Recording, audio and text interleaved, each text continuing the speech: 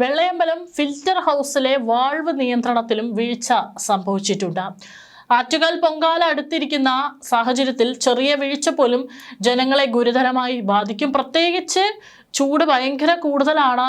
പല മേഖലകളിലും മുന്നറിയിപ്പ് നൽകിയിട്ടുണ്ട്. ഈ ഒരു സാഹചര്യത്തിൽ വെള്ളം കിട്ടുന്നില്ല എന്ന് പറയുമ്പോൾ എത്രത്തോളം ജനങ്ങളാണ് അതിൻ്റെ പേരിൽ ബുദ്ധിമുട്ടുന്നത് എന്നുള്ളത് ഓർക്കണം. ഇത് മനഃപൂർവ്വമുള്ള ഒരു വീഴ്ചയാണോ എന്നുള്ളത് കൂടി പരിശോധിക്കേണ്ടിയിരിക്കുന്നു. കഴിഞ്ഞ ദിവസത്തെ വാൾവ് നിയന്ത്രണത്തെ സംബന്ധിച്ച് ഉന്നതതല അന്വേഷണം നടത്തണം. ഫിൽറ്റർ ഹൗസിലെ വാൾവ് നിയന്ത്രണം മോണിറ്റർ ചെയ്യണമെന്നും ആവശ്യമെങ്കിലും പോലീസ് നിരീക്ഷണം കർശനമാക്കണമെന്നും വി രാജേഷ് കത്തിൽ ആവശ്യപ്പെട്ടിട്ടുണ്ട്. കഴിഞ്ഞ വർഷങ്ങളിൽ ഫെബ്രുവരി മാസത്തിൽ നടന്ന കുടിവെള്ള വിതരണവും ഈ വർഷം ഫെബ്രുവരി മാസത്തിൽ നടന്ന കുടിവെള്ള വിതരണവും താരതമ്യം ചെയ്യുമ്പോൾ ഈ വർഷം വീഴ്ചകൾ ഉണ്ടായിട്ടുള്ളതായി സംശയിക്കുന്നുവെന്നും മേയർ കത്തിൽ ചൂണ്ടിക്കാട്ടി. കഴിഞ്ഞ 10 ദിവസത്തിനുള്ളിൽ നഗരത്തിലെ പല ഭാഗത്തും കുടിവെള്ളം ലഭ്യമാക്കാത്തതിന് പിന്നിൽ ബോധപൂർവമായ വീഴ്ച ഉള്ളതായി സംശയിക്കുന്നു. വെള്ളയമ്പലം ഫിൽറ്റർ ഹൗസിലെ വാൾവ് നിയന്ത്രണത്തിലും മറ്റും വീഴ്ചകളുണ്ട്. കഴിഞ്ഞ ദിവസത്തെ നിയന്ത്രണത്തിലും സംബന്ധിച്ച് ഉന്നതതല അന്വേഷണം നടത്തണമെന്നും വി രാജേഷ് ആവശ്യപ്പെട്ടു. ജനലക്ഷങ്ങൾ തിരുവനന്തപുരത്ത് എത്തിച്ചേരുന്ന ചരിത്ര പ്രസിദ്ധമായ ആറ്റുകാൽ പൊങ്കാല അടുത്തിരിക്കുന്ന സാഹചര്യത്തിൽ കുടിവെള്ള വിതരണത്തിലെ ചെറിയ വീഴ്ചകൾ പോലും ലക്ഷക്കണക്കിന് ജനങ്ങളെ ബാധിക്കുന്ന ഗുരുതരമായ സാഹചര്യങ്ങൾ സൃഷ്ടിക്കും. അതിനാൽ ഫിൽറ്റർ ഹൗസിലെയും മറ്റും വാൽവ് നിയന്ത്രണം കൃത്യമായി മോണിറ്റർ ചെയ്യണമെന്നും ആവശ്യമെങ്കിൽ പോലീസ് നിരീക്ഷണം ഉൾപ്പെടെ ഏർപ്പെടുത്തണമെന്നും കുടിവെള്ള വിതരണം സുഗമമാക്കണമെന്നും മേയർ ആവശ്യപ്പെട്ടു.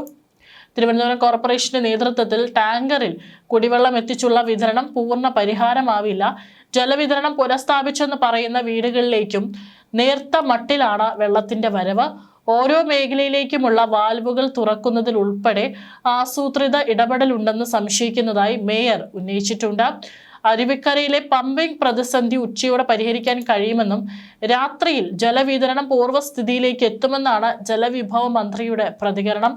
നിലവിലെ സ്ഥിതിയിൽ അതിവേഗം മാറ്റമുണ്ടായില്ലെങ്കിൽ കുടിവെള്ള പ്രതിസന്ധി ഏറുമെന്ന കാര്യത്തിൽ സംശയമില്ല. ലക്ഷക്കണക്കിന് സ്ത്രീകൾ പങ്കാളികളാവുന്ന ആറ്റുകാൽ പൊങ്കാല ചടങ്ങിന് ഇനി മണിക്കൂറുകൾ മാത്രമാണ്. നാളെ രാവിലെ 9:45 പണ്ടാര അടുപ്പിലേക്ക് തീ പകരുന്നത്. ഉച്ചയ്ക്ക് 2:15 പൊങ്കാല നിവേദ്യം. ചന്ദ്രഗ്രഹണ ദിവസമായതിനാൽ ഉച്ച കഴിഞ്ഞ് 3:10 മുതൽ രാത്രി 7 മണി വരെ നട അടയ്ക്കുന്നതിനാൽ ദർശനമുണ്ടാവില്ല. വിവിധ വകുപ്പുകളുടെ ഏകോപനത്തോടെ വിപുലമായ സൗകര്യങ്ങളാണ് പൊങ്കാല ദിവസം ഏർപ്പെടുത്തിയിട്ടുള്ളതെന്നും ആറ്റുകാൽ ഭഗവതി ക്ഷേത്രം ട്രസ്റ്റ് ഭാരവാഹികൾ അറിയിച്ചു. ആറ്റുകാൽ പൊങ്കാലയോടനുബന്ധിച്ച് സേവാഭാരതി നഗരത്തിൽ വിവിധ കേന്ദ്രങ്ങളിലും ശുചീകരണം നടത്തിയിട്ടുണ്ട്. നഗരത്തിലെ 100 കേന്ദ്രങ്ങളായി നടത്തിയ ശുചീകരണ പ്രവർത്തനത്തിന്റെ ഉദ്ഘാടനം മേയർ വി രാജേഷാണ് നിർവഹിച്ചത്. 5000 പ്രവർത്തകരാണ് ശുചീകരണ യജ്ഞത്തിൽ പങ്കെടുത്തത്. ആറ്റുകാലമ്മയുടെ മുഴുവൻ ഭക്തർക്കും ആത്മവിശ്വാസം നൽകുന്ന രീതിയിലുള്ള ഒരു പ്രവർത്തനമാണ് സേവാഭാരതി നടത്തുന്നതെന്നും ഉദ്ഘാടനം നിർവഹിച്ചുകൊണ്ട് മേയർ വി രാജേഷ് പറഞ്ഞു.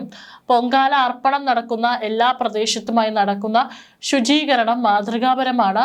നമ്മുടെ നാട് എപ്പോഴൊക്കെ തന്നെ പ്രതിസന്ധി നേരിട്ടിട്ടുണ്ടോ ആ സമയത്തൊക്കെ തന്നെ വളരെ സജീവമായി മുന്നിൽ നിൽക്കുന്ന പ്രസ്ഥാനമാണ് സേവാഭാരതി.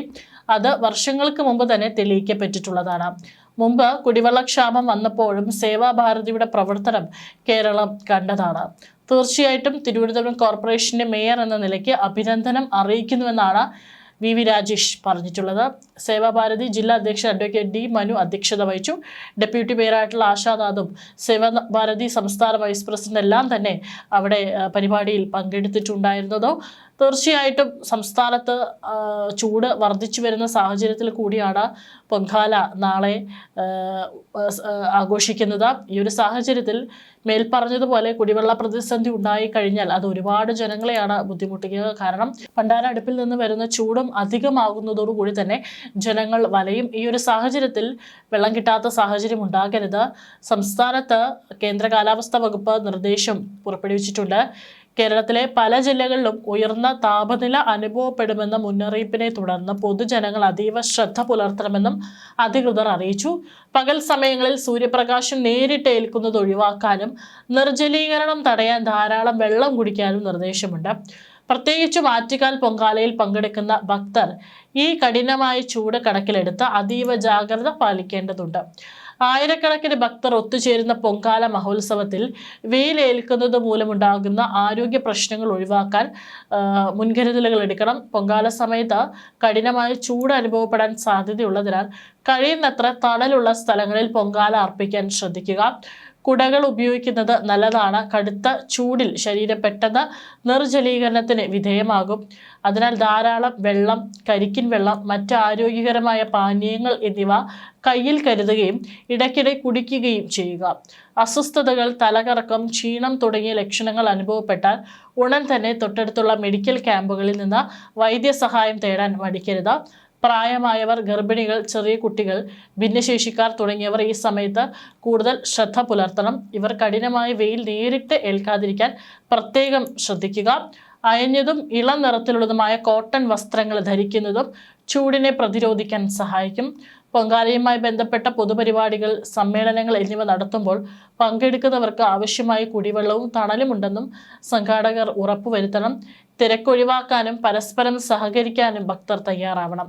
കാലാവസ്ഥാ വകുപ്പിന്റെയും ദുരന്ത നിവാരണ അതോറിറ്റിയുടെയും ഔദ്യോഗിക അറിയിപ്പുകൾ കൃത്യമായി പിന്തുടരുന്നതും ഈ സാഹചര്യത്തിൽ വലിയൊരു സുരക്ഷാ മുൻകരുതലാണ്.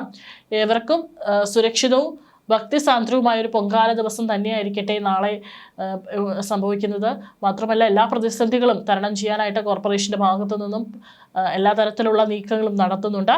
കുടിവെള്ള പ്രശ്നമടക്കം തന്നെ ഇന്ന് രാത്രിയോടുകൂടി പരിഹരിക്കാൻ സാധിക്കും എന്ന് തന്നെ നമുക്കും പ്രതീക്ഷിക്കാം.